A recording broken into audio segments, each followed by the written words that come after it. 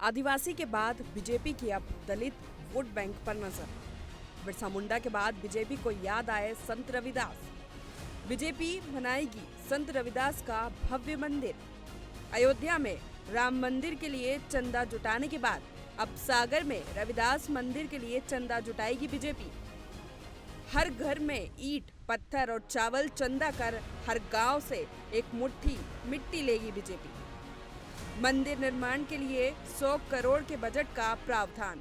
BJP चुनावी साल में हर वो दाव खेल रही है जिससे उसका वोट बैंक मजबूत हो सके। अयोध्या में राम मंदिर के लिए चंदा जुटाने के बाद अब सागर के रविदास मंदिर के लिए बीजेपी चंदा जुटाएगी। इसके लिए बीजेपी हर घर से ईंट, पत्थर और चावल का चंदा करेगी। साथ ही हर गांव से एक मुट्ठी मिट्टी भी जुटाई जाएगी। बीजेपी रविदास मंदिर के लिए हर घर से मदद लेगी, जिससे चुनाव से पहले सामाजिक समरसता का नया माहौल पैदा हो सके। मंदिर के लिए सागर के बड़तुमा गांव में 11 एकड़ जमीन सरकार ने अलॉट की है। मंदिर निर्माण के लिए सरकार ने 100 करोड़ का बजट भी रखा है। 16 अप्रैल को अंबेडकर महाकुंभ का आयोजन ग्वालियर के अंदर होगा। उसकी व्यापक तैयारी। संत रविदास जी के जन्म जयंती पर माननीय मुख्यमंत्री जी ने 100 करोड़ से मंदिर के निर्माण की जो बात कही है, उसके बारे में एक व्यापक कार्य योजना। वहीं बीजेपी द्वारा संत रविदास का मंदिर बनवाने पर पूर्व मंत्री सज्जन सिंह वर्मा ने कहा, बीजेपी के लोग दिल्ली से लेकर भोपाल तक पाखंडी है। मध्य प्रदेश दलितों पर अत्याचार के मामलों में देश भर में अव्वल है। चुनाव आ गए तो बीजेपी को दलित भाई बहन याद आ गए। ये सिर्फ चुनावी स्टंट है। ये इतने बड़े पाखंडी हैं बीजेपी के लोग दिल्ली से लेकर भोपाल तक।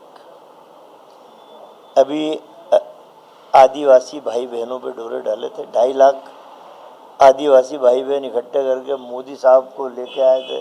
बड़ा दिखाया कि हम बड़े हितैषी हैं। मध्य प्रदेश में इस समय जितने ज़्यादा अपराध आदिवासी महिलाओं और आदिवासी परिवारों पे मध्य प्रदेश में हो रहे हैं, भारत में नंबर 1 है।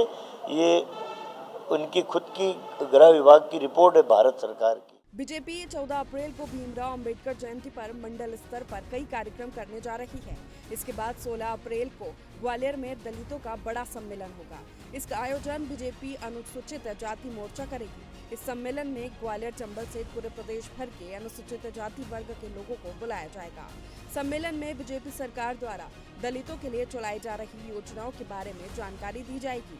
इस मौके पर दलितों को लेकर सीएम शिवराज सिंह चौहान ने बड़ी घोषणाएं भी कर सकते हैं। तो वही कांग्रेस बीजेपी के इन कार्यक्रमों को लेकर निशाना साध रही है। कांग्रेस का कहना है कि बीजेपी न संविधान का सम्मान करती है, न उनके कार्यकर्ता कर रहे हैं। देखिए, भारतीय जनता पार्टी आज की तारीख में हर कार्यक्रम इसलिए कर रही है कि उसको कोई राजनीतिक फायदा मिल जाए, लेकिन अंबेडकर जी को लेकर इतना बड़ा कार्यक्रम का आयोजन करने से बेहतर था बीजेपी अंबेडकर जी के बताए हुए रास्ते पर चलने का काम करे। बीजेपी की सरकार में जिस तरह से संविधान का माहौल बनाया जा रहा है, असंवैधानिक कार्रवाइयां बीजेपी की सरकार में विपक्ष के नेताओं पर की जा रही हैं, उसको रोककर अंबेडकर जी का सम्मान बेहतर होगा। गौरतलब है कि मध्य प्रदेश में 230 सीटें में से 80 सीटों पर अनुसूचित जनजाति और दलित निर्णायक भूमिका में है। 2018 में इस वर्ग के छिटकने से बीजेपी के हाथ से सत्ता फिसल गई थी। चुनाव से पहले बीजेपी का ये दाव कितना कारगर साबित होगा, ये तो आने वाला समय बताएगा। TV 27 न्यूज के लिए भोपाल से कैमरामैन आमिर के साथ नीरज श्रीवास्तव की रिपोर्ट।